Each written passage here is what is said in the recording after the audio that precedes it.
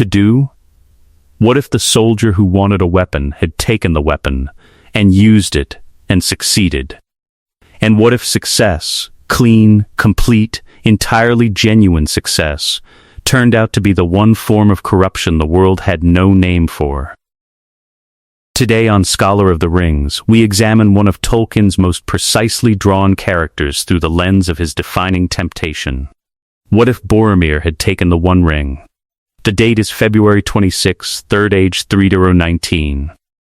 The Hill of Sight, Amon Hen, above the eastern shore of Nen Hithoel. The air at this altitude carries the cold of early spring without the smell of it, no growing thing within range, only stone and the particular mineral clean cold of high ground above a lake, whose surface is 300 feet below and invisible through the trees. The light is wrong for the season, flat, diffuse, the sky overcast in the specific way that the sky above Nen Hithoel is overcast when Caradhras and the weather systems of the Emyn Muil are arguing about which of them owns the air above the water. It is not a beautiful afternoon. It is a working afternoon, the kind that does not ask to be noticed. Boromir has been following Frodo for 20 minutes. He is good at following. 20 years of soldiering in the terrain between Minas Tirith and Osgiliath has made him good at things that officers of the inner city consider beneath them, moving quietly in woods, reading the compression of leaves, understanding which direction a disturbed branch indicates and how long ago the disturbance was. He is the Captain General of Gondor, and he can track a hobbit through a forest, and he has been doing exactly this for 20 minutes, with the specific quality of concentration that men develop when they are doing something they have not yet decided whether to regret. He finds Frodo at the base of the ancient chair of stone. The meeting is not what Boromir intended when he began following, which is the first honest thing to establish.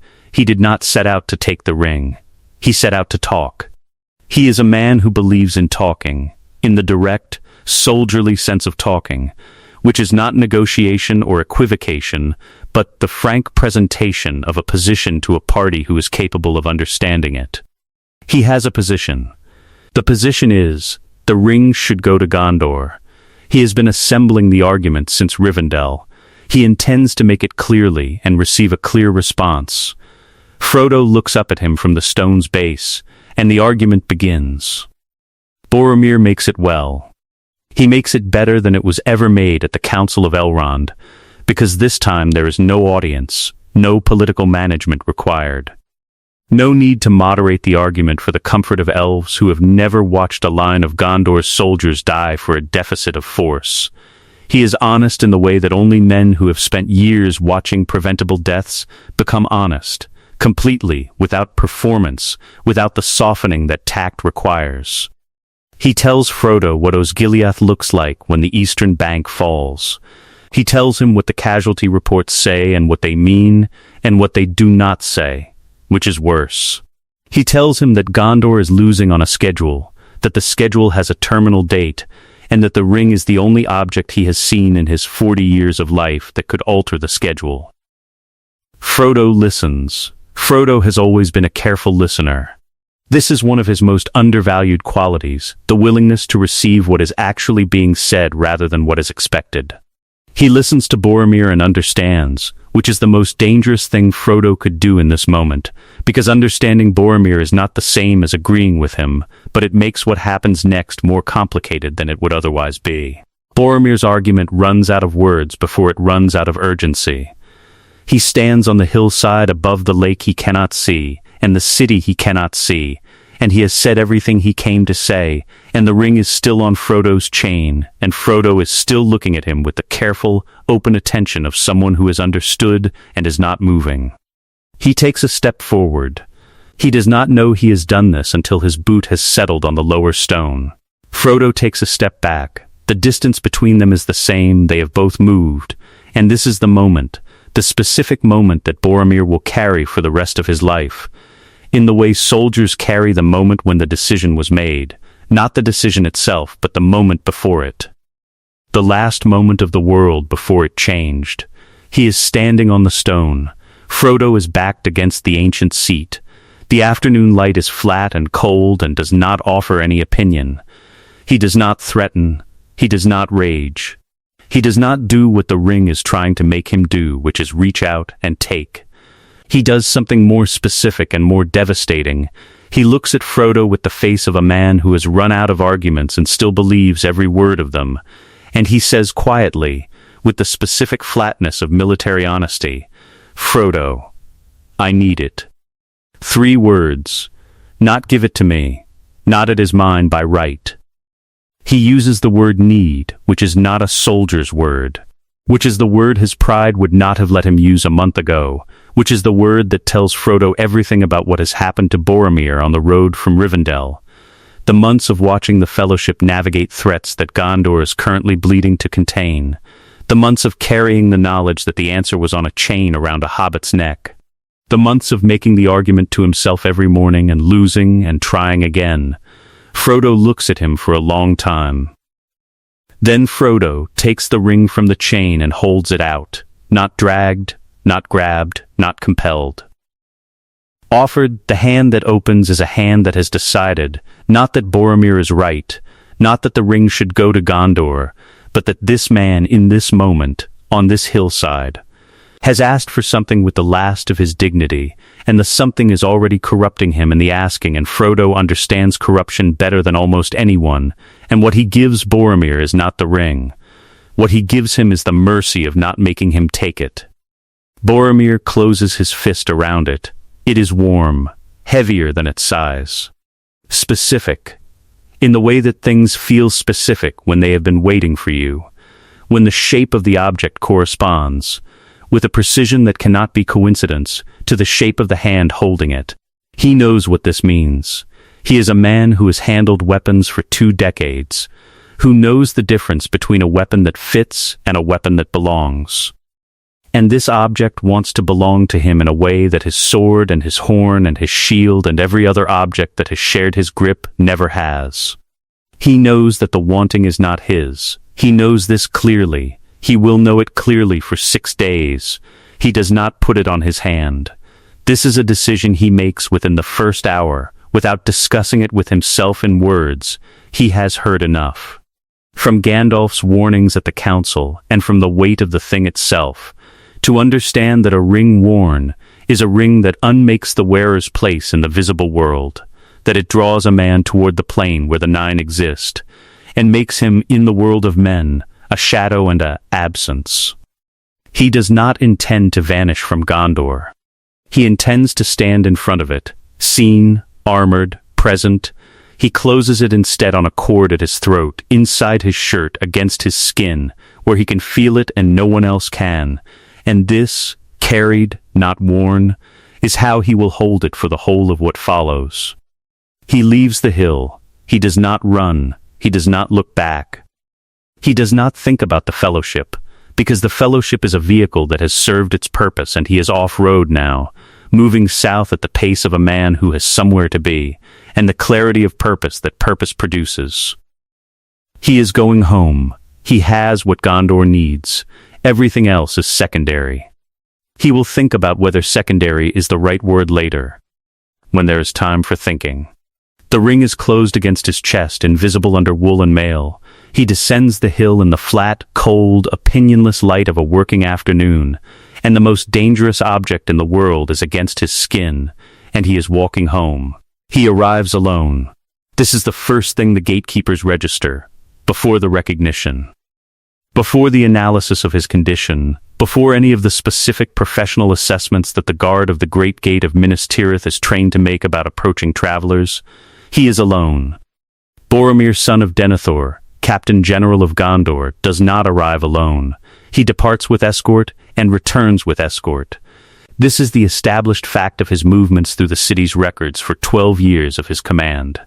An entourage is not a luxury in his position. It is a security protocol, a political signal, the visible expression of his rank. The absence of one is information before it is anything else. He comes down the Pelennor on foot, which is not, in itself, unusual for a man returning from this particular road. He lost his horse fording the Grey Flood at Tharbad months before he ever reached Rivendell, and every mile of the Fellowship's road since has been walked. What is unusual is the rest of it. 30 days from Nen Hithoel, dusty, his armor cleaned but not well, the field clean of a man maintaining himself for function rather than presentation.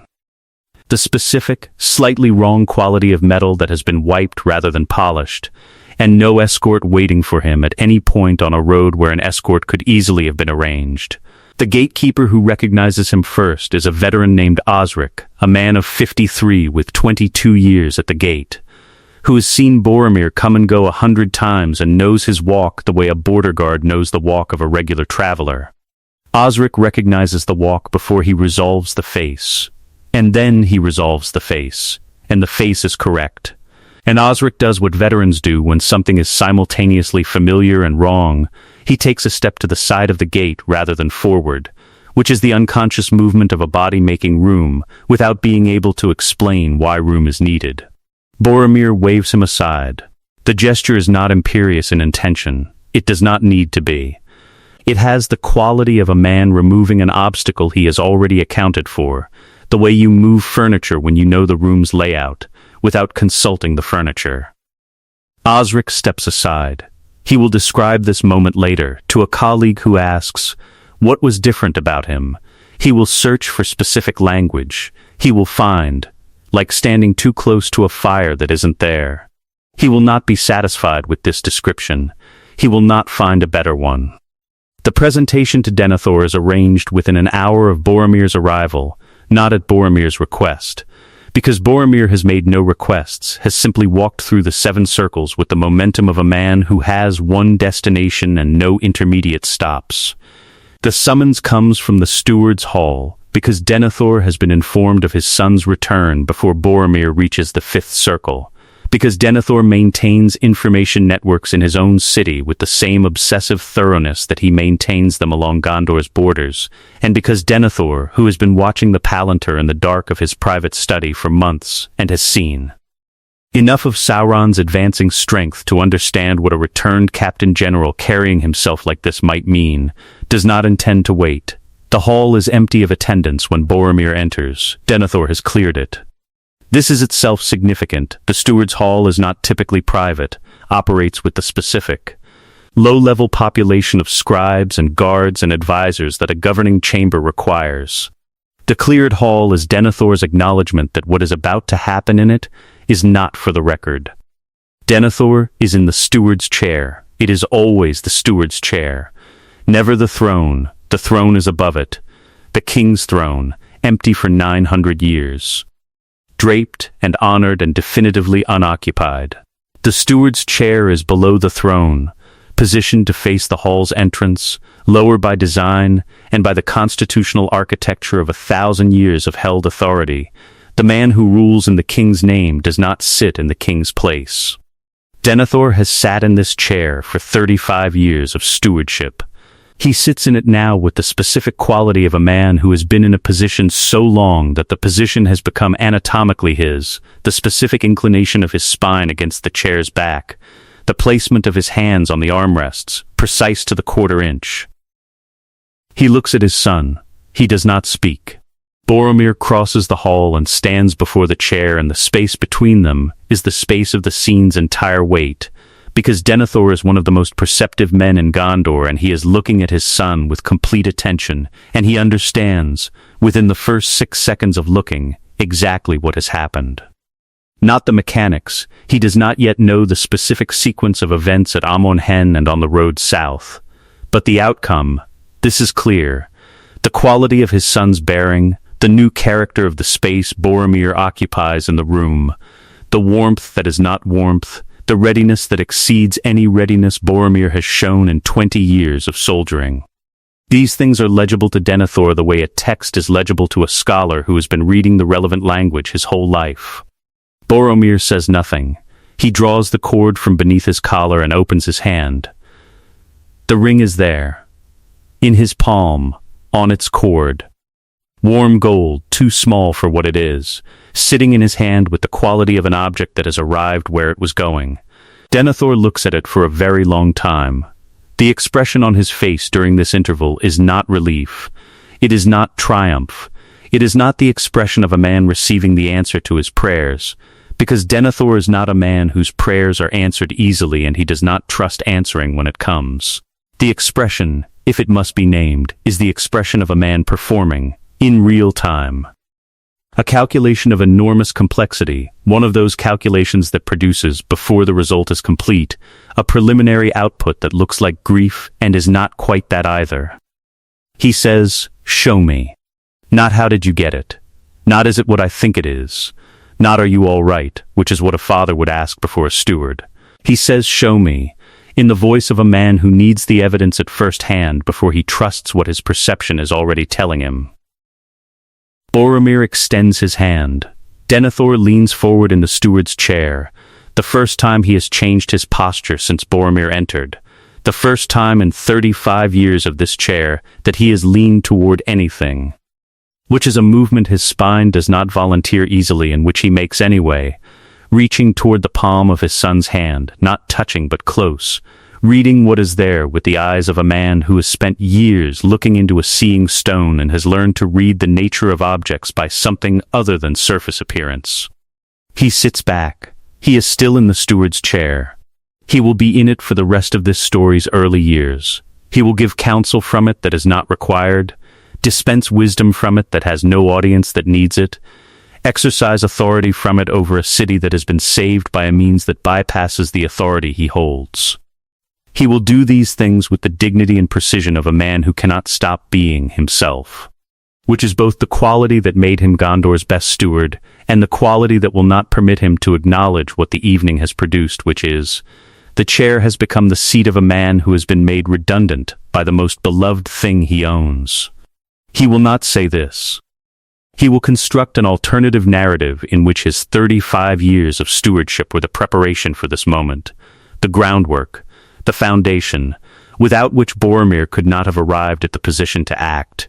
He will believe this narrative with the determined precision of a very intelligent man who needs to believe something. The ring is in Boromir's hand. The hall is cleared. The chair is below the throne. Nothing in the room has moved. Everything in the room has changed. Caladan has been at Osgiliath for 19 years. Not continuously. No soldier serves continuously on the Osgiliath front, because no soldier survives continuously on the Osgiliath front, and the army's management of its human resources has learned to rotate the garrison in cycles designed to keep the soldiers alive long enough to become useful rather than dead quickly, in the way that full commitment garrison duty produces. He rotates out every 6 months, returns to Minas Tirith for 3, comes back. He has done this for 19 years. The math produces a number he does not calculate because soldiers on long postings learn not to calculate certain numbers. He is 41 years old, which is older than many men in the Osgiliath garrison, and older than most who held his specific position on the eastern approach. He has the kind of face that 19 years of the specific weather that contested ground produces, not aged in the conventional sense, not lined from sun or worry in the way of farmers or merchants, but compressed, the features organized by long practice into an arrangement that takes up less space than a face usually takes up. He reads a situation the way a carpenter reads wood, by grain, by the direction of the stress, by the relationship between the surface and what is underneath it. He has never commanded a unit larger than 40 men. He will retire without having commanded one. This does not trouble him. What he commands is the secondary redoubt on the eastern approach, the fortified position 20 yards behind the contested line that serves as the garrison's fallback, the place where the defense is reconstituted when the defense at the primary line fails, which it has failed, during his 19 years, approximately twice a month.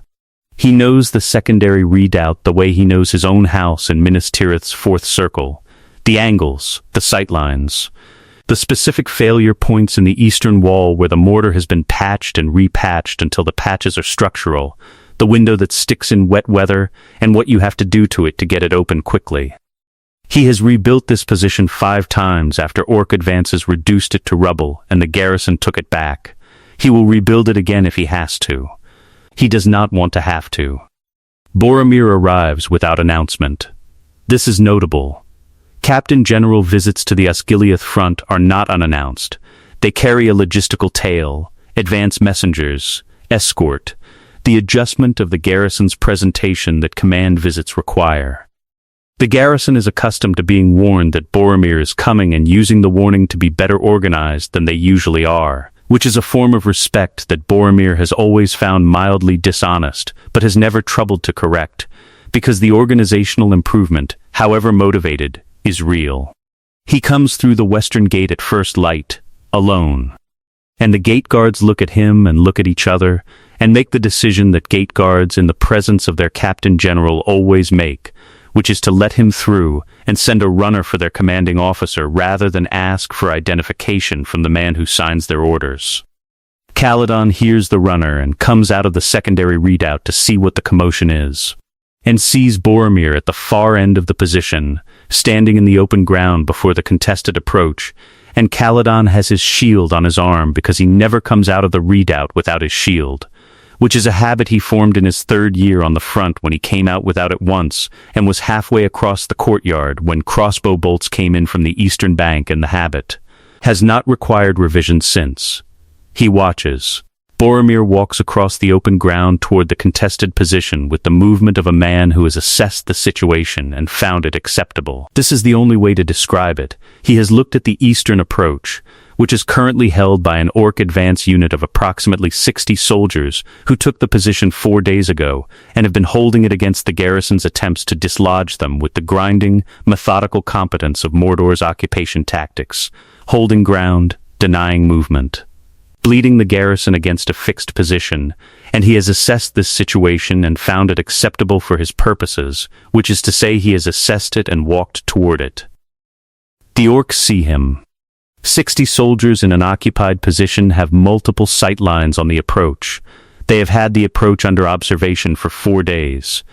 They are alert, disciplined by the standards of Mordor's occupation forces, and they are looking in the direction of Boromir's approach, because that direction is where the garrison's last 3 counterattack attempts have come from, and the muscle memory of 4 days of combat operations keeps their attention oriented correctly. They see him. What happens next does not happen in the way that battles happen, not the clash of organized violence meeting organized violence, not the controlled chaos of assault against defense. What happens is quieter and more total. The orc advance unit, 60 soldiers in an occupied position with 4 days of tactical success behind them and a clear defensive advantage in the terrain, encounters Boromir at a distance of approximately 80 yards, and the encounter produces, in the front rank, a cessation. Not a halt. A halt is ordered. This is not ordered. The front rank simply stops. The specific total stop of a body receiving a sensory signal that its processing architecture cannot classify, that lands in the gap between threat and not threat and stays there, producing not a response, but the suspension of response while the classification completes. The classification does not complete. The gap is not a failure of intelligence. It is an accurate reflection of the situation's actual status, which is, the thing approaching has no category. A dominance hierarchy is what holds an orc unit together. The largest, most violent orc leads. The smaller orcs follow because the alternative is immediate physical consequence from the orc above them in the hierarchy. This is not loyalty. It is physics. The physics of force organized around a center. When the center is the strongest presence in the system holds. When something outside the system is stronger than the center, the system does not reroute. It dissolves. Not immediately. Edges first. The edges run.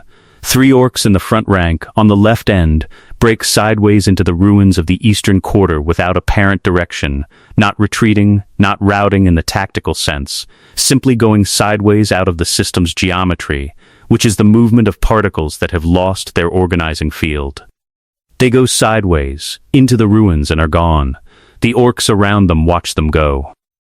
The watching is the next phase of the dissolution. The watching means the watchers are no longer attending to the captain general approaching across the open ground, and the moment of inattention is the moment the center acknowledges that the center is not, in fact, the center anymore. The middle goes. Then the right. Then the remnant of the front rank, which has been standing in open ground for approximately 90 seconds, and has used that time to complete the processing that the initial signal interrupted. The thing approaching is at the apex of every hierarchy that applies. They go in different directions. They do not communicate this decision to each other, because it is not a decision. It is the consequence of a calculation that 60 separate bodies have run simultaneously and arrived at the same result. Boromir stands in the open ground where the orcs were. He has not drawn his sword. He has not spoken. He has walked across 80 yards of contested approach and stood in the position that 60 orc soldiers were occupying 45 minutes ago, and the position is his now. And the eastern approach is clear, and the 4-day occupation that the garrison's 3 counterattack attempts could not dislodge has been resolved by a man walking across open ground with a ring closed against his chest, unseen and untouched by anyone but him. Kaladin watches from the fortified window of the secondary redoubt. He watches for a long time. He watches the empty eastern approach. He watches Boromir standing in it, completely still, looking east. He watches the morning light come off the Anduin to the south and hit the ruins of the eastern quarter and not find anything moving in them. He watches all of this with the complete attention of 19 years of reading contested ground, and what the reading produces is not relief, though relief is present, and not professional assessment, though that is also present. What it produces is a quality of stillness in his own body that he has not felt in 19 years of the secondary redoubt, the stillness of a man who has been maintaining a specific kind of readiness for so long that the readiness has become the structure of his experience, and who has just encountered the information that the readiness is no longer the operative condition. He takes the shield off his arm. He does this without deciding to. His arm makes the decision, the arm that has carried this shield for 19 years, that has absorbed the weight of it into the baseline of its own sense of itself, that has forgotten what it weighs because the weight has been the arm's normal condition for so long it stopped registering as weight. The shield comes off the arm, and the arm is lighter in a way that takes a moment to process, because the arm has not been this light during operating hours in 19 years. He sets the shield against the wall. The wall is the eastern wall of the secondary redoubt, the wall that has been the line behind the contested line for the duration of his posting, the wall that has held and been rebuilt and held again. He sets the shield against it with the casual precision of someone placing something they will pick up in a moment, who will be back for it shortly, who is just putting it down for now. He does not pick it up. The shield leans against the wall, and the morning comes through the window, and Boromir stands in the cleared eastern approach, and Kaladin's arm, for the first time in 19 years of its working life, has nothing to carry. Faramir returns from Ithilien on a rotation schedule. This is the first and most important fact about his return. It is scheduled. He is not coming back in response to news of his brother's arrival, not summoned by his father, not drawn south by any intelligence about what has changed in Minas Tirith in the 2 months since Boromir walked through the Great Gate alone. He is coming back because his 6 months in the eastern woods are complete, and the rotation schedule requires his return. And Faramir follows the rotation schedule, because the rotation schedule is the mechanism by which the Ithilien Rangers maintain their effectiveness across sustained operations, and Faramir has never, in his decade of commanding the Rangers, allowed his own preferences to compromise a mechanism that works. He rides through the Great Gate on a morning in late spring with 12 Rangers at his back, and the Ithilien forest's specific smell still in his cloak. Pine resin and river mud, and the cold particular to woods that exist in the shadow of Mordor's influence, a cold that is not entirely weather. He is thinner than he was 6 months ago, which is normal for an Ithilien rotation. The eastern woods are not a comfortable posting, and the captain does not exempt himself from the conditions his men operate in.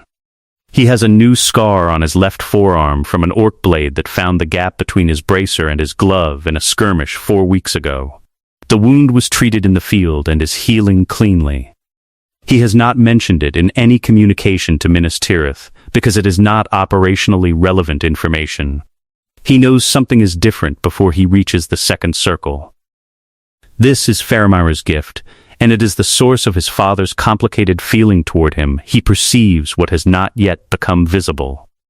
not through any supernatural faculty, through the accumulated evidence of small things, the specific combination of inputs that his particular kind of attention synthesizes into a reading before the reading's components are individually legible. The posture of the gate guard who waved him through, technically correct, professionally sound, and carrying in its correctness the specific quality of a man who has been performing his job in a context that has shifted around him and is performing it anyway. The way people perform familiar actions when the familiar action's context has been altered and they have not yet updated the performance to reflect the alteration. The conversations in the first circle, audible as he rides through, that have the quality of conversations happening in the second layer, the layer below the surface exchange, where the real information is being processed. The light, which is the same light it always is at this hour, and which hits the White Tower at the angle it always hits the White Tower, and which produces in him, for no reason he can immediately account for, the sensation of light on a landscape that has been rearranged since he last saw it. He files all of this, he continues to the citadel. Boromir greets him in the upper courtyard. He is alone, no attendants, no escort, the Captain General standing in the courtyard with the quality of a man who does not require the surrounding apparatus of his rank, because the rank is now resident in him rather than expressed through the apparatus. He looks well. Faramir thinks in the first second of seeing him, better than he has ever looked, not healthier, not younger. Not any of the conventional measures of looking well. He looks settled, in the way that objects look settled when they have been placed exactly where they belong and the placement has confirmed something about both the object and the place. They embrace. It is genuine. Boromir's pleasure at seeing his brother is real, unperformed. The warmth of a man for whom this relationship has always been the one uncomplicated thing in a life of complicated obligations. He holds Faramir by the shoulders and looks at him and says, "You're thinner." He says it the way he always says it, which is with the specific mock reproach of an older brother, who has been saying versions of this since Faramir was 12 years old, and the mock reproach is a form of love. Faramir says, "The eastern woods have not improved their catering." He says this the way he always says it, the automatic response of a long-running exchange. And while he is saying it, he is looking at Boromir's eyes. The eyes are gray. Boromir's eyes have always been gray, the Gondorian gray, the color that runs through the house of the stewards and is one of the visible inheritances of the Inmenrian blood in that line. They are the same gray they have always been. They are also different in a way Faramir cannot name immediately, and will spend the next several hours trying to name, and the name he eventually arrives at is this. The gray has always been the gray of a sky that is deciding whether to be clear or cloudy, the gray of weather and formation. The gray he is looking at now is the gray of a sky that has decided. The weather is not in formation anymore. It has arrived. It has settled. The gray is the gray of outcome. He files this also. He continues to smile. The assumption Faramir makes as he settles back into the citadel, unpacking his kit in his chamber, reviewing the reports from the southern garrisons that accumulated during his absence, attending the evening meal with his father in the formal dining room that Denethor uses when he wishes to signal that the meal is also an assessment. The assumption he makes is that his role has been displaced temporarily, that there is a new situation, clearly significant, that his brother has introduced into Gondor's condition, and that the new situation will require analysis, and that analysis is what Faramir does, and therefore his role has a location in the new situation, and the location is analysis. He begins the analysis. He reads the garrison reports from Osgiliath. He notes the absence of incident on the eastern approach in the 6 weeks since Boromir's return. He reads this correctly as connected to the change he has observed in his brother, because Faramir has been reading connections between the garrison reports and the state of his brother's campaigns for a decade, and the skill of that reading is not something that a change in circumstances dissolves. He reads the reports from the city's grain stores, which show a stabilization of supply chains that had been deteriorating for 18 months. He notes the patrol reports from the Pelennor, which document a reduction in orc incursion attempts that the patrols attribute, without elaboration, to changed conditions on the eastern border. He compiles what he finds into a picture. The picture is clear. The picture is, he understands, the best picture Gondor has produced in 2 generations of his family's stewardship. The eastern border is stabilizing. The supply chains are recovering. The Osgiliath crossing is secured in a way that 3 years of conventional military effort could not secure it. The city is, he looks at this word when he writes it in his private notes, and holds it for a moment.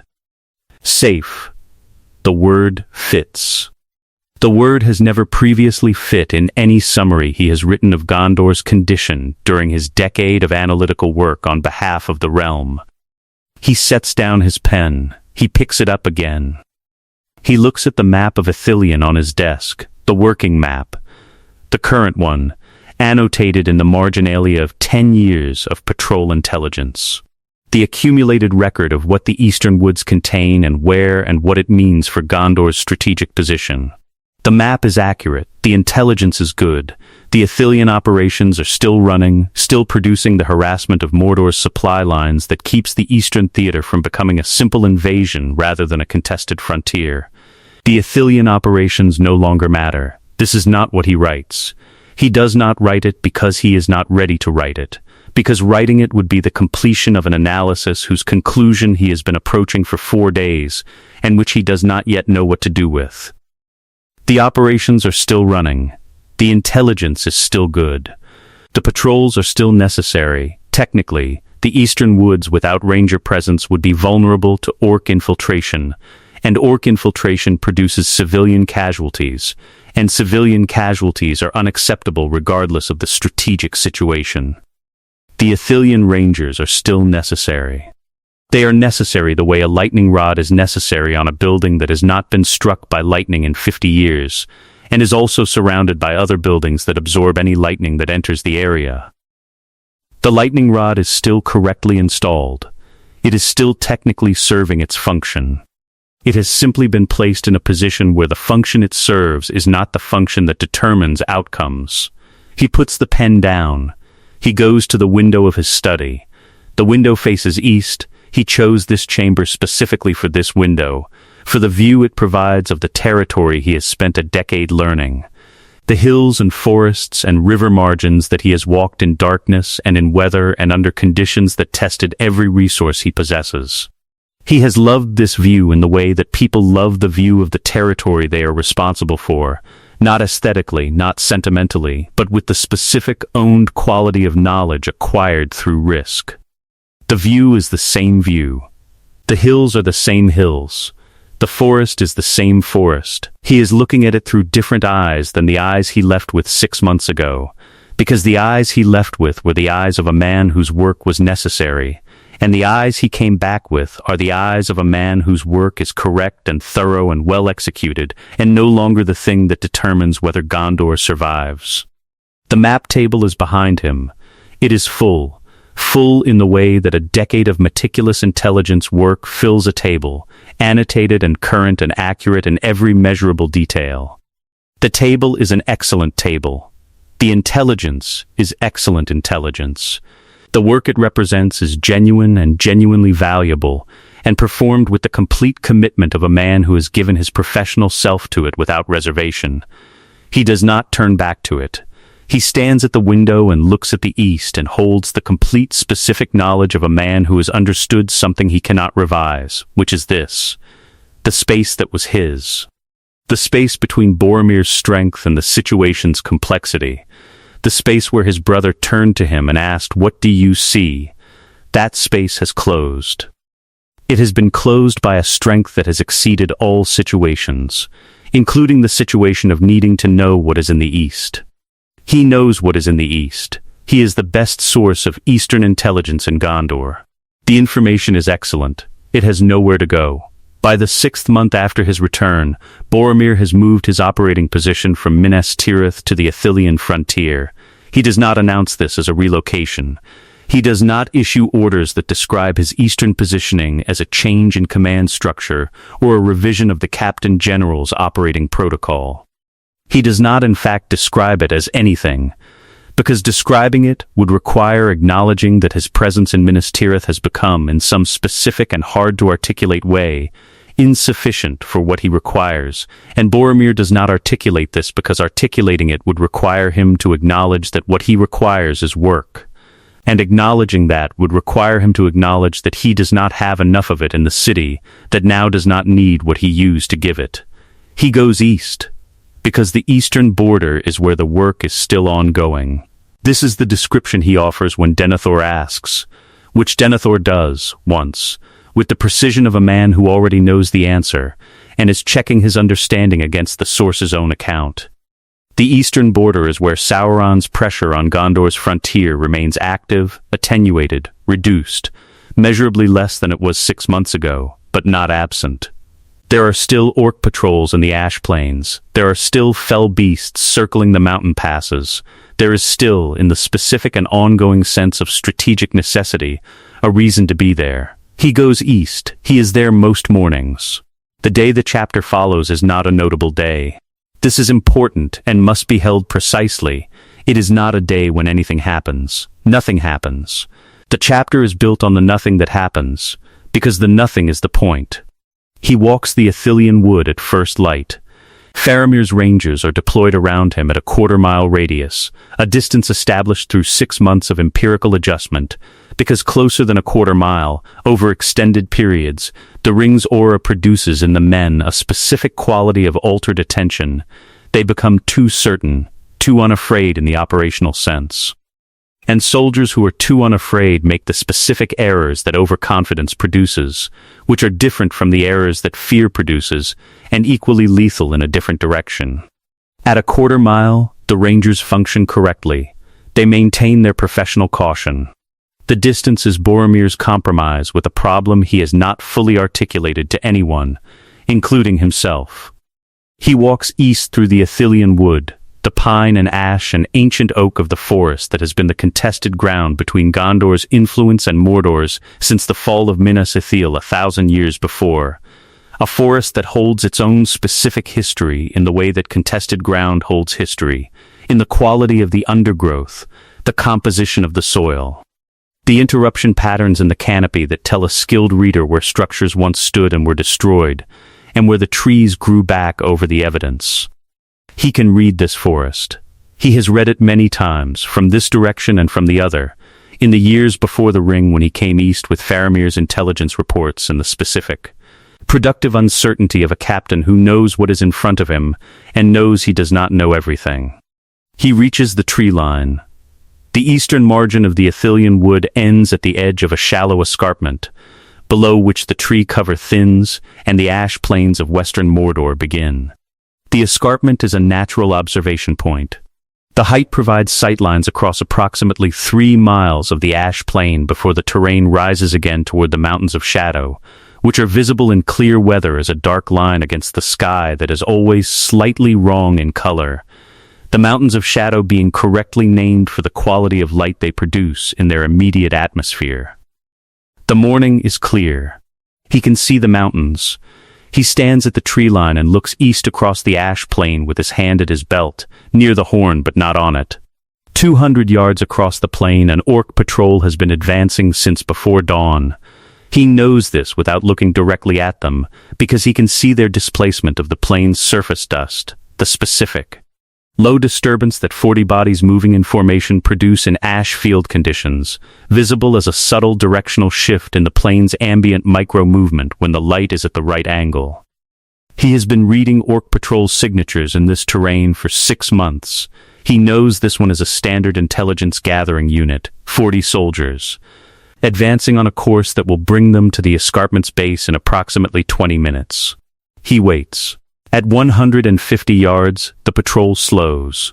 This is the first response, not a halt, a slowing, the specific deceleration of a formation that has received information through its lead element and is processing the information before committing to a response. The lead orc has seen him, or has registered him, which is not the same as seeing in the conventional sense, because the registration precedes the visual resolution. the specific, animal sense of something at the apex that reaches a predator's nervous system before the eyes have fully processed what the nervous system is responding to. At 100 yards, the patrol stops. 40 soldiers in formation, advancing on a clear sightline toward an observation point, stop. They do not halt in formation, they stop, which means the formation itself loses coherence. As individual soldiers arrest their movement at slightly different moments, the front rank stopping before the middle before the rear. The ripple of cessation, moving through the column like a wave moving through a body of water. They stand on the ash plain and do not advance. Boromir watches them. He does not move. He does not draw his sword. He does not raise his hand or produce any visible signal. He stands at the tree line with the quality of a man who is simply present in a specific location and has no immediate plans to be elsewhere, which is the most accurate description of what he is doing and also the most inadequate one, because the quality of the presence is the whole of the event. After approximately 20 minutes, he does not check the time. But the light has shifted enough to measure it. The edges of the orc formation begin to disperse.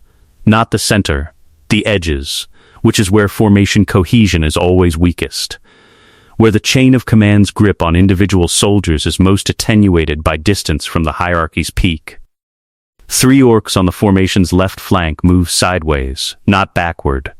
Not in a direction that has any tactical logic, just sideways, out of the geometry of the formation into the open plain where they continue moving sideways until distance absorbs them. The orcs adjacent to the gaps they left look at the gaps and then look at Boromir and then look at the gaps again. The looking at gaps is the next phase, the hierarchy consulting the evidence of what the hierarchy's lower rungs have done and finding in the evidence a recommendation. They go, not en route. There is no enemy force engaging them, no tactical event to route from. They simply go, in different directions, with the dispersal quality of a structure that has lost its organizing principle.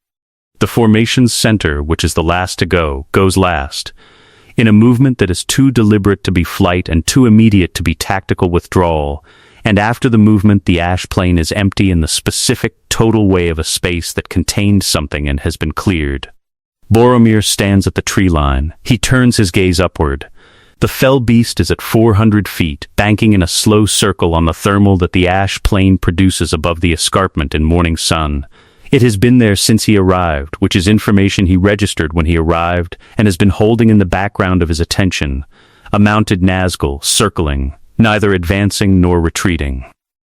Conducting the observation that is the Wraith's alternative to the direct engagement that the Ring-Bearer's presence has made unavailable to it. The Nazgul cannot find a foothold in him. He knows this without understanding the full mechanism, the way a soldier knows that a particular weapon has no effect on a particular position without knowing the physics of why, through evidence. Through the accumulated evidence of 6 months of the Nazgul circling and not attacking, circling and not attacking, circling at distances that represent the boundary of whatever the ring's aura produces at its effective range. The fell beast banks. It is not the Nazgul's decision. This is legible in the quality of the movement. The fell beast does not turn in the controlled, directed way of an animal responding to a rider's command. It turns in the abrupt, full commitment way of an animal whose body has made a decision before the mind directing it has been consulted. The turn is fast, south, away from the escarpment, the wings working hard in the immediately south direction with the specific urgency of a creature that has processed a biological signal and is acting on the processing without the mediation of deliberation. It goes south, fast, and then it is a shape against the sky, and then smaller, and then not visible. The ash plain is empty. The sky above the escarpment is empty. The morning is clear and cold, and the mountains of shadow are a dark line against the sky's wrong color, and Boromir stands at the Ithilien tree line and watches the plain and the sky and the nothing that is in both, and the nothing is the most complete achievement of his life, and the achievement will be here tomorrow and the day after, and every morning he walks to this tree line.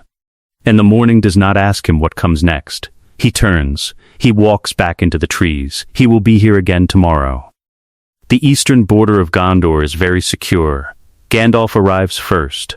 He comes from the north, which is not the direction that news of the changed situation in Gondor would suggest as the obvious approach. News of the eastern border's stabilisation, of the Osgiliath crossing secured, of the Nazgul's altered behavior along the frontier, has been moving through the intelligence channels of the Free Peoples for 3 months, and the news comes from the south, from Gondor's own dispatches and the reports of travelers on the Anduin road. Gandalf comes from the north, because Gandalf has been in the north, dealing with the situation in Rohan that required his attention in the months before he was able to turn toward Gondor, and the delay is not negligence. It is the specific cost of operating across a geography too large for any single intelligence to monitor completely, even an intelligence that has been doing it for 2,000 years. He rides a white horse. He carries a white staff. He is Gandalf the White in the full formal sense of the title, Saruman's replacement and the Order's superior, and the Astari who returned from death with the specific clarified mandate of someone who has been through the mechanism of his own mortality and come out the other side with fewer illusions about what is required. He has arrived at the great gate of Minas Tirith in many conditions across many visits across many centuries. He has arrived in urgency and in leisure and in grief and in the specific, compressed alertness of a man approaching a crisis he has been trying to prevent. He arrives now in a condition he has not previously inhabited, the condition of a man approaching a situation that does not require him, riding toward a city that is going to show him, block by block and circle by circle, that the work he came to do has been done by someone who did not ask his advice about how to do it. Boromir receives him at the Citadel. The reception is warm, genuinely, without performance, the welcome of a man who has deep respect for the wizard and who is, in addition, in a good enough position to afford generosity, which is the specific quality of welcome that secure men give to arrivals they do not need. He shows Gandalf the city. The tour takes 4 hours. The granaries, restocked, the supply chains from the southern fiefs functioning in a way they have not functioned since the early years of Denethor's stewardship, before Mordor's pressure on the trade routes began its long, grinding interference. The walls, repaired at 3 sections that have been on the deferred maintenance list for 15 years. The deferral having been a resource allocation decision that the war's demands made unavoidable, and that the current stability has made finally addressable. The garrison, reorganized along a structure that Boromir drafted during the first month of his return, replacing the crisis response deployment that the Osgiliath situation had forced on the army with a peacetime structure that maintains readiness without the wasteful attrition of constant combat tempo operations. The Pelennor, clear. Its farms beginning the recovery from the years of reduced cultivation that proximity to an active war zone produces, the first generation of children in 12 years who are growing up with a Pelennor that can be farmed rather than watched. Gandalf walks the tour. He walks it with the attention of a man receiving information that is entirely good and entirely catastrophically bad, and that he cannot explain to his host, because the bad is not visible from the inside of the good, which is the specific cognitive position of someone who understands a system from outside it, standing in the company of someone who is the system and therefore cannot see its exterior. He notes the grain stores. He notes the walls. He notes the garrison structure. He notes, with the specific precision of someone who has been watching the movements of the Nazgul for 2,000 years, the absence of fell-beast activity in the passes above the city. He notes, with the same precision, the changed quality of the eastern sky above the Dath, not cleared, not bright, but different in the way that a sky is different when the will directing its particular quality of darkness is no longer directing it toward a specific purpose. He notes all of this. He says nothing about it. Aragorn arrives 2 weeks later. He comes with Legolas and Gimli, the 3 of them having completed the specific, necessary business that the post-war situation in Rohan and Fangorn required before the question of Gondor could be given its proper attention. He travels as a ranger, not announcing himself, not with the political weight of his identity displayed, which is a habit so deep in his nature that it operates below the level of choice. He is recognized at the gate by soldiers who served in the north and have seen him, and the recognition produces the specific, slightly careful reception of men who know someone's actual status and are not sure how the someone wants that status handled in this particular location at this particular time. Boromir knows him. He comes out to meet him in the outer court, and the greeting has the quality of the genuine, two men who have been through something together, in the fellowship's brief and violent history, and who share the knowledge of those weeks in a way that neither can share with anyone who was not there. Boromir greets Aragorn with the warmth of a soldier for a soldier, which is uncomplicated and real. He tells him, Gondor is safe. He says this without political calculation. He says it the way a man says the fire is out to a neighbor who has come running with a bucket, not triumphantly, not dismissively, but as a statement of current conditions that is relevant to the neighbor's purpose in arriving. He means it as a gift. Here is the thing you came to give, he is saying, in the specific wordless language of the sentence's delivery. It has been given. You do not need to give it again. Aragorn receives this information. He receives it the way a very disciplined man receives information that changes the entire structure of the next several years of his life, with the face that is correct for the moment. Which is not the face of any of the things he is actually feeling, because the face of what he is actually feeling is not appropriate for a courtyard in the presence of a man who has just told him the city is safe and is genuinely pleased to be able to say so. He says, I see that it is. Gandalf, standing 3 steps behind Aragorn, looks at the sky. That evening, the two of them sit on the walls of Minas Tirith at the 7th level, the upper walls, the ones that look east over the Pelennor and the Anduin and the darkness beyond, the ones with a view that is larger than comfort in the specific way of high places that look at difficult things. They give you more to see than you need, and less than you want. Because what you want to see from these walls is a definitive answer about what is in the East, and the East does not provide definitive answers.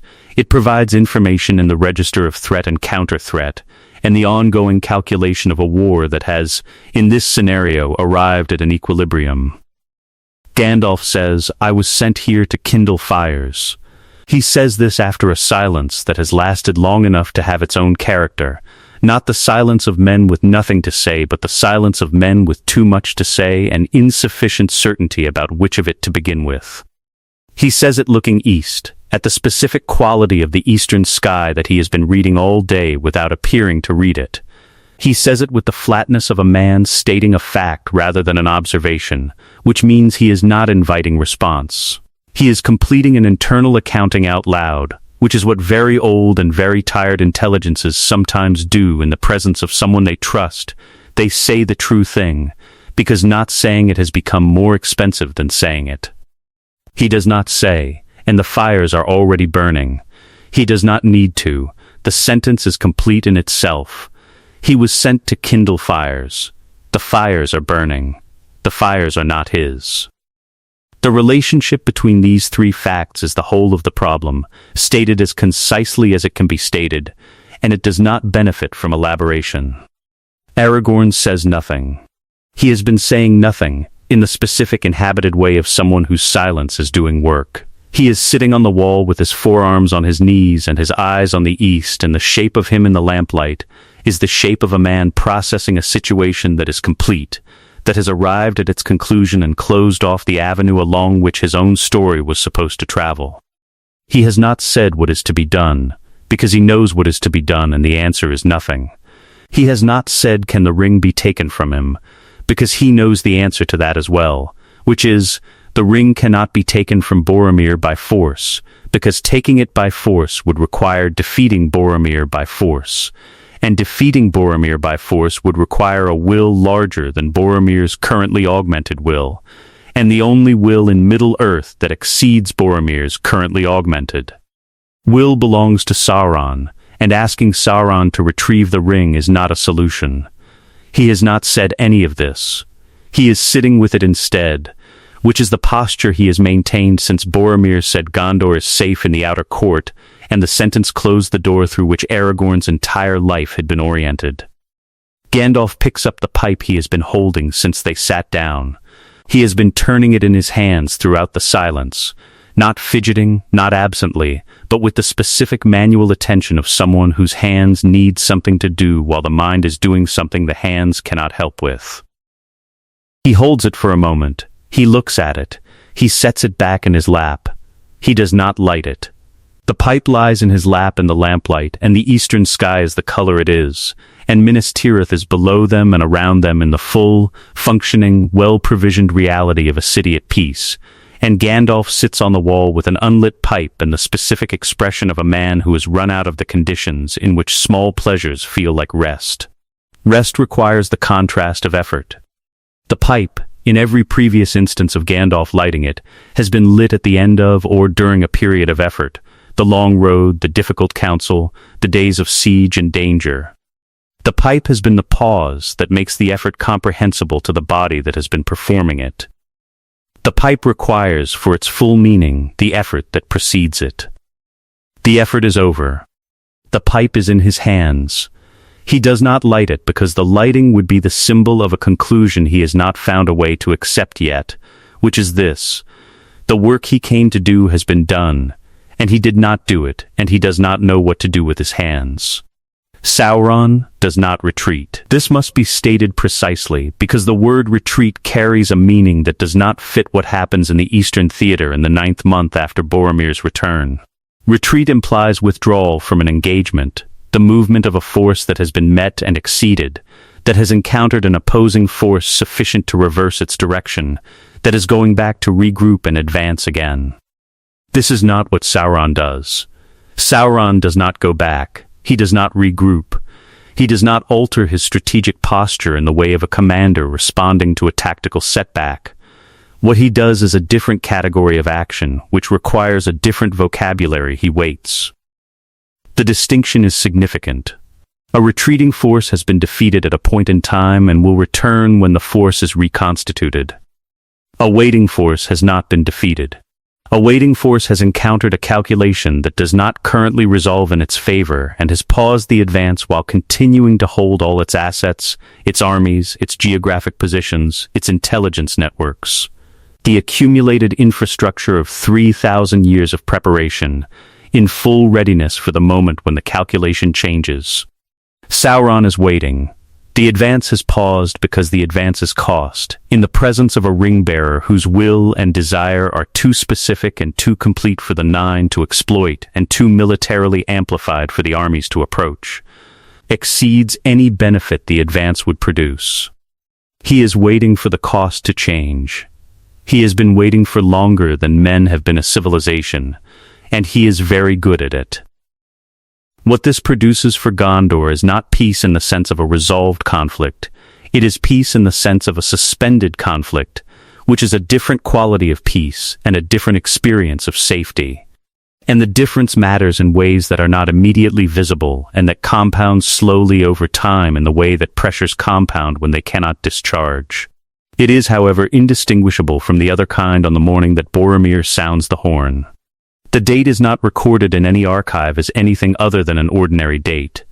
Some months into Gondor's new eastern security arrangement, a morning in autumn when the air above the Pelennor has the specific quality of early autumn air in the latitude of Minas Tirith, clear, cold enough to see breath, carrying the smell of the river and the turned earth of the Pellennor's farms, which are being harvested for the first time in a decade without the background management of a garrison on permanent readiness 2 miles east. The harvest is good. The farms are good. The situation is good in every measurable way on this specific morning, which is the morning that Boromir sounds the horn. He stands at the citadel's highest point, not the tower itself, which is not accessible from the outside in the way his purpose requires, but the upper platform of the outer wall at the 7th level, which gives him height, and the east, and the capacity for the sound to travel without obstruction in the direction he intends. The great horn of Gondor is the horn made from the horn of the Kini of Aragorn, the ancient cattle of Orem, taken in the far north in the days before Gondor was a kingdom. It has been in the house of the stewards since the days of Verandil the Hunter. Boromir has carried it on his belt since he was old enough to be entrusted with it, which is earlier than most men would be entrusted with an object of its significance, because Denethor's assessment of his elder son's capacity for the weight of significance was accurate and early. The horn is older than Minas Tirith. It is older than the title of steward.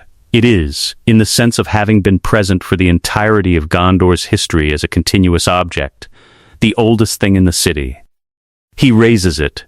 He has blown this horn many times. In battle, to signal advance. In emergencies, to call relief. He has blown it in emergencies and in need. In the honest vocabulary of a soldier for whom the horn is a tool with a specific meaning, and the meaning is, this is the moment, come now. He blows it for a different reason this morning. He blows it because Sauron's advance has paused, and the pause deserves marking, and the horn is how Gondor marks things. He blows it because the men on the Osgiliath garrison deserve to hear it. The men who held the line for years at the cost the line extracted, who will hear the horn from 50 miles away and know what it means. He blows it because his father deserves to hear it, in the steward's hall, through the stone of the walls, the specific sound that means Gondor has achieved something that required the horn's acknowledgement. He blows it because he can. The sound is enormous. This is not a metaphor, and it is not hyperbole. The sound of the great horn of Gondor, blown by the Captain General of Gondor at the Citadel's upper platform with the full force of his lungs and the ring's martial weight behind the breath that produces the note. This sound is not the sound the horn was built to make. The horn was built to make a very large sound. The largest sound a horn of its dimensions and material can make, and it has always made that sound with the authority of an object built for ceremony and for battle, and for the moments when the distance to be covered is too great for ordinary signaling. What Boromir produces on this morning is not the largest sound the horn can make. It is the largest sound the horn has ever been asked to make, filled with a breath that is not merely biological but carried on the currents of a will larger than his own. And the result is the result of something being used past its designed parameters by a force larger than the design anticipated. The stone cracks, not the wall. The wall is sound. Gondor's architects built their walls to withstand forces that no engineer has yet improved on, and the crack is not structural in any way that compromises the wall's function. It is surface. A web of fine fractures in the stonework of the outer facing at the platform's edge, radiating from the point of maximum resonance in the stone's own acoustic response to the horn's sound. The cracks are, individually, the width of a thread. Together they form a map of the moment, the lines radiating outward from the center, branching and rebranching, the stone's internal record of what it was subjected to and what it absorbed and what it could not absorb fully. The city hears it. The city hears it in the specific. Total way that a city hears something that enters it not through any single channel but through all channels simultaneously, through the walls, through the ground, through the air between buildings, as a vibration in the chest that precedes and exceeds the sound's arrival through the ears. The people in the streets stop. The people in the markets stop. The people in the houses feel it in the floor beneath their feet and in the windows in their frames. Children who have never heard the horn, who have grown up in a Minas Tirith that has had the horn present as a tradition and an heirloom and a story of past campaigns but not as a sound, because Boromir has not blown it in the city in 12 years of his command. Feel it before they understand what it is, and understand it before their parents finish explaining. The Pelennor receives it. The farms receive it. The soldiers at Osgiliath, 50 miles east, across the water and the intervening terrain, receive it as something between sound and weather, a disturbance in the air that is too large to be a sound at this distance and too directional to be weather, and that their bodies classify as the horn before their minds have assembled the evidence for the classification. 50 miles. The horn of Gondor, filled with a ring-bearer's breath, travels 50 miles and is heard at Osgiliath as something distinct from anything they have heard before. The people celebrate. They celebrate in the first circle, and the second, and the seventh. In the markets, and the houses, and the garrison's barracks, and the houses of healing where the men who were injured in the last years of the Eastern campaign, and are still recovering, hear the horn through the walls and understand what it means in the specific, embodied way of men who paid costs to earn the right to hear it. The celebration is real. It is not imposed, not orchestrated, not the performance of joy that political engineering produces. It is the genuine expression of a population that has been living under a specific weight for a long time and has felt the weight lift, and the lifting is real, and the celebration deserves to be called what it is. A mason finds the crack 2 days later. He is performing the weekly inspection of the upper platform's stonework, the routine maintenance assessment that the 7th level's outer walls require at quarterly intervals, extended to weekly since the garrison's reorganization allowed the maintenance schedule to receive the attention it deserves. He finds the crack at the platform's edge where the resonance was greatest, follows its branching with his fingers, assesses its depth with the probe he carries for exactly this assessment, and determines, surface, not structural, addressable with standard mortar in a standard repair session. He mixes the mortar, he presses it into the crack, along the first branch, then the second, then the fine tributaries of the web, working outward from the center. The mortar fills the crack, he smooths it, he steps back and assesses. The repair is clean, the stone will not show the work in a week. The citadel's face will be continuous, unmarked, sound. He works his way along the final branch of the web, pressing mortar into the last of the crack with the patience of a craftsman who has done this work long enough to know that the last 10% of a repair requires the same attention as the first 10%, that the impulse to hurry at the end is the impulse that repairs that. Have to be done again. He fills the last section. He smooths it. He puts the trowel back in his kit and closes the kit and stands on the platform in the autumn sun with the view east that the platform provides, the Pelennor, the Anduin, the mountains in the distance. The sky above the mountains that is wrong in its color and always has been and has this morning a quality of stillness that is different from its quality 3 days ago. As though the horn's sound reached even there and found in the east something that the sound was large enough to alter. He looks at the repaired stonework. The mortar is drying. In a week it will be the color of the surrounding stone. The crack will be invisible. The crack was the only evidence in the physical world that the horn of Gondor was blown on this wall at that force on that morning. The only material record that something large enough to fracture stone happened here. He has filled it. The record is gone. The citadel is sound. The celebration was real, and the joy was genuine, and the achievement was complete, and the stone has been repaired, and the platform is clear, and the morning continues in the east without requiring anything further from anyone in this city. He picks up his kit. He goes down. The baker's name is Aldrich. He is 44 years old, the son of a baker, which is the specific inheritance pattern of a trade whose skills compound across generations, in the way that physical crafts compound when the same pair of hands passes the knowledge down the same kitchen to the same set of problems for enough years to produce, in the next generation, someone who has already solved the problems that took the previous generation a decade to approach. He wakes at the 4th hour. He has woken at the 4th hour for 20 years. The waking is not a decision, it is the body performing the instruction that 20 years of the same routine have encoded into its scheduling at a level below the deliberate. The way a river finds its channel before the map exists to show it. He builds the fire, he measures the flour, he checks the water temperature with the back of his wrist, which is the correct instrument for the assessment, and which his wrist performs without being asked, because the wrist has been doing this assessment at the 4th hour for 20 years and does not require consultation. He mixes the sponge, the first stage of the bread's development, the stage that requires patience rather than technique, the stage where you create the conditions for the thing to happen and then step back and let the thing happen. He has been doing this for 20 years. The sponge does what sponges do. He cleans the work surfaces while he waits. The morning is clear. This matters in the specific practical way that weather matters to bakers.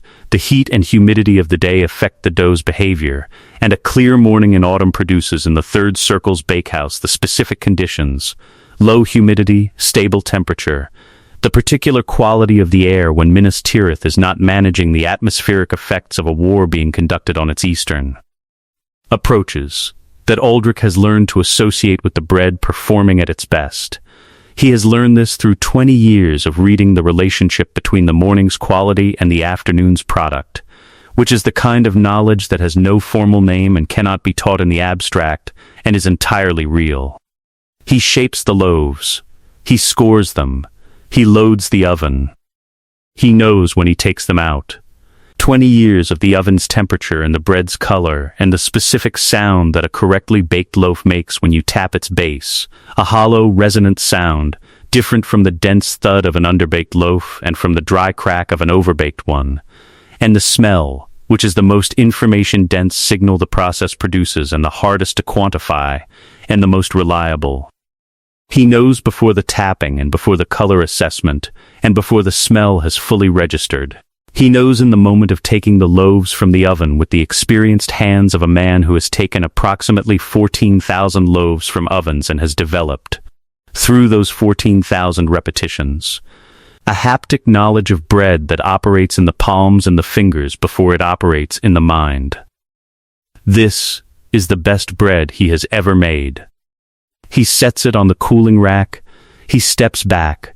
He looks at it the way he looks at work that has resolved correctly, not the performance of satisfaction, not the display of professional pride for an audience, but the private, inward settling of a craftsman who has been working towards something for long enough that the achievement, when it arrives, is recognized before it is celebrated. He looks at his bread on the rack in the clear autumn morning in the third circle of Minas Tirith, and he knows it is the best bread he has ever made, and he understands, in the same moment and without separating the understanding from the knowing, that this is what 20 years of practice in these particular conditions and this specific morning were building toward. He opens the bakehouse and waits for customers. They come at the 6th hour, when the city's morning routines have established themselves, and the third circle's foot traffic is at its working pace. Not the urgency of a city that knows it might need to move fast, which is the foot traffic that Minas Tirith has operated on for a decade, and which has a specific quality, a denseness and a direction, that Aldrich knows the way he knows the weather. The traffic this morning has a different quality. Not slower, exactly. The people of the third circle are industrious, and their industry has not declined. Different in the way that movement is different when the movement is not organized around a background condition of contingency, when the people moving are moving toward their purposes rather than away from their fears. They are not in a hurry. This is what he notices. Not individually. Individual customers have always varied in their pace, and he has served slow customers and fast customers for 20 years, and the variation is not remarkable. He notices it collectively. The quality of the morning's customer traffic, taken as a whole, does not have the hum of a city that is managing itself against an emergency. It has the quality of a city that is doing its morning. The bread is bought. The bread is good. He can see it register in the faces of the people who take it from him, the specific, small, unperformed pleasure of people tasting something that is better than they expected, which is one of the more honest expressions available to the human face. He watches them not be in a hurry.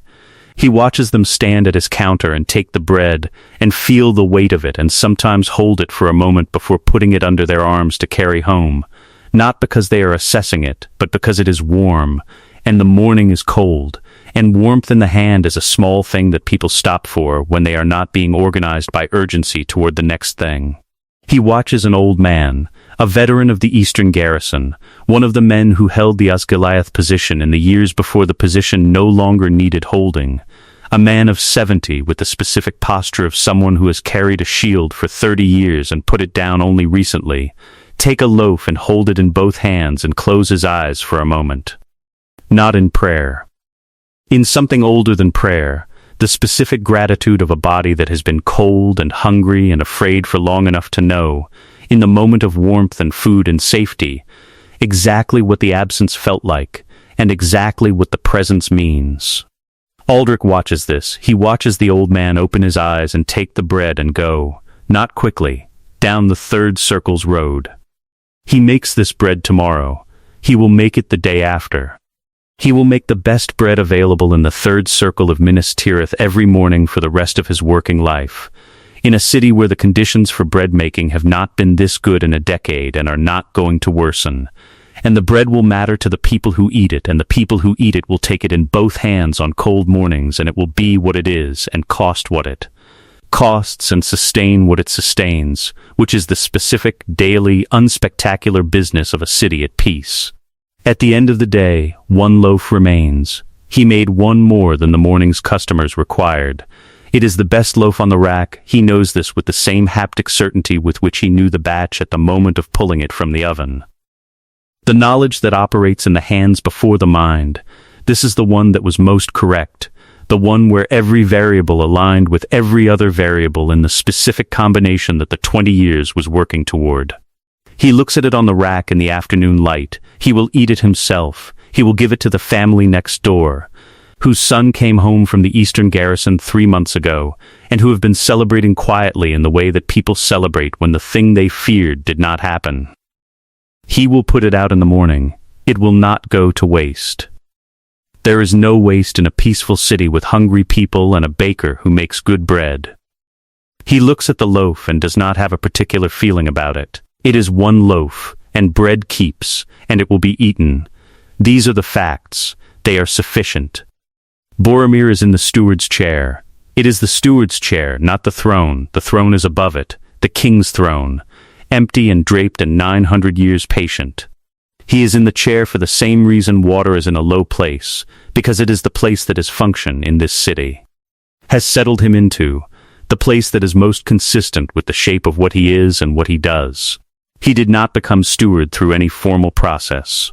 Denethor's health failed slowly across the years that followed Boromir's return, not the sudden collapse of a man broken by siege and grief, which this timeline's quiet, secured Gondor never produced, but the older, less dramatic decline of a man who spent 35 years being the indispensable center of his city's survival and then watched, in full possession of his faculties, as the city's survival became someone else's permanent, effortless fact. He did not despair in an hour. He diminished across years, the specific, slow diminishment of a mind that has nothing left that requires its full strength.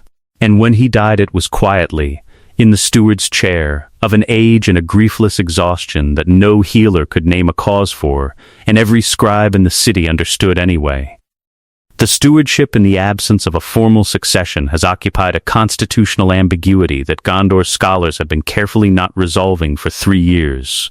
Because resolving it would require confronting what Boromir is, and what the steward's oath means in the presence of a man who has made the oath's purpose, holding the realm until the king comes, into a permanence that the oath was never meant to accommodate. He is in the chair. He has been in it, in the functional sense, since Denethor died. The ring hangs on its cord beneath his collar, against his skin, where it has hung since the 6th day after Amon Hen. He does not look at it. He does not think about it in the way that ring-bearers in other scenarios think about it, not with the obsessive attention of Gollum, not with the yearning resistance of Frodo, not with the clear-eyed dread of Gandalf or Galadriel who knew what it would do to them. He thinks about it the way a soldier thinks about his sword, as an instrument that is part of him in the practical sense, present. Maintained, available, the window faces east. He is watching the mountains of shadow which are visible in the afternoon light as a dark line on the horizon, present, fixed, unchanged in their geography by the political changes that have altered everything south and west of them. They are the same mountains. They hold Mordor as they have always held it, and Mordor is in them as it has always been. And Sauron is in Mordor as he has been for 3,000 years, waiting with the patience of a will that does not tire and does not age, and does not lose the thread of its purpose in the way that mortal minds lose threads. Boromir is watching what is not moving. He watches it with complete attention. He watches it the way he watched the Ithilien tree line on the morning the patrol dispersed and the fell beast fled, with the focused, present awareness of a man who is performing the function he was built for, which is, to be between the threat and the city, permanently ready for the threat to become what threats become when they find a gap in the defense. Which is active. He watches the mountains, and the mountains are still, and the stillness is the condition that his watching has produced and will continue to produce for as long as he is watching, and as long as he is watching he cannot stop, because stopping is the gap. He is very good at this. He is the best in the world at this, which is a sentence that is entirely true and entirely the shape of the cage. To be the best in the world at defending a city that needs no defense. To be irreplaceable in a role whose irreplaceability is its own prison. To have saved Gondor so completely that Gondor cannot release him. Because releasing him would require trusting that what he holds is no longer necessary, and what he holds has made the trust impossible by making the necessity permanent. The chair is below the throne is empty. The city is below him, in its 7 circles, going about its evening in the specific, unhurried, entirely genuine peace that he has given it. He watches the mountains. He will watch them tomorrow. He saved Gondor. He cannot put it down. These are not two different facts.